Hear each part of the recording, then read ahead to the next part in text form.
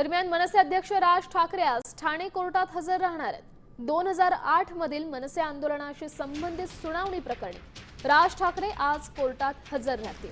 परप्रांतीयांच्या railway भरती प्रकरणावरून मनसेनं आंदोलन केलं होतं आणि याच प्रकरणात राज ठाकरेंवर हिंसाचाराला प्रोत्साहन दिल्याचा आरोप आहे। याच संदर्भात सुनावणीसाठी राज ठाकरे उपस्थितीमुळे ठाण्यात तणावाचं वातावरण निर्माण होण्याची देखील शक्यता आहे।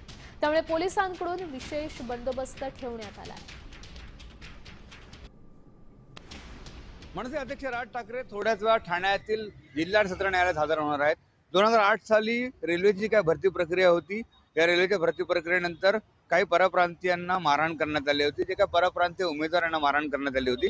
कल्याणचं जे काही कोर्ट आहे या ठिकाणी ही रेल्वेची केस 2019 पर्यंत चालली, त्यानंतर आता एक केस या ठिकाणी वर्ग करण्यात आलेली आहे। खास करून जनतेमध्ये प्रक्षोभक भाषणं करणं आणि त्याच्याबरोबरच इतर जे काही भाषणं राज ठाकरे यांनी त्यावेळी केली होती त्यामुळे वाद निर्माण झाला होता। परप्रांतीय जे काही या ठिकाणी उमेदवार आले होते त्यांना देखील मारहाण करण्यात आली होती।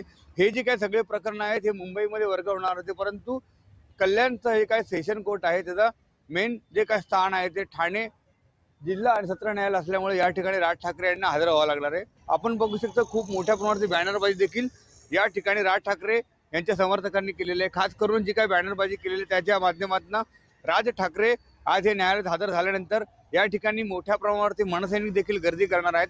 विकास काटे, साम टीव्ही न्यूज, ठाणे। देश विदेशातील प्रत्येक घडामोडींचे लाईव्ह अपडेट मिळवण्यासाठी आता साम टीव्हीच्या सर्व सोशल मीडिया प्लॅटफॉर्मला लाईक, फॉलो आणि सबस्क्राईब करा।